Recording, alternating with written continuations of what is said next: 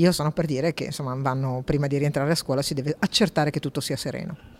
Un controllo attento degli studenti di rientro dalla Cina prima del loro ritorno in classe interpreta la preoccupazione di famiglie e mondo scolastico l'assessore all'istruzione della regione Elena Donazzan, invocando massima prudenza per tutelare i ragazzi dal coronavirus. E tutto questo mentre da 2 giorni anche in Veneto è stato abolito il certificato di riammissione a scuola di bambini e ragazzi assenti per malattia, provvedimento accolto con favore dai pediatri. È anacronistico e finalmente è stato eliminato anche in Veneto questo tipo di... è un aggravio burocratico e basta. Ma per Donazzani il certificato sarebbe anche troppo poco. Oggi bisognerebbe pensare a una quarantena, al tempo erano 40 giorni, ma io credo che i medici decideranno qual è il tempo congruo, ma dobbiamo mettere in sicurezza i nostri confini.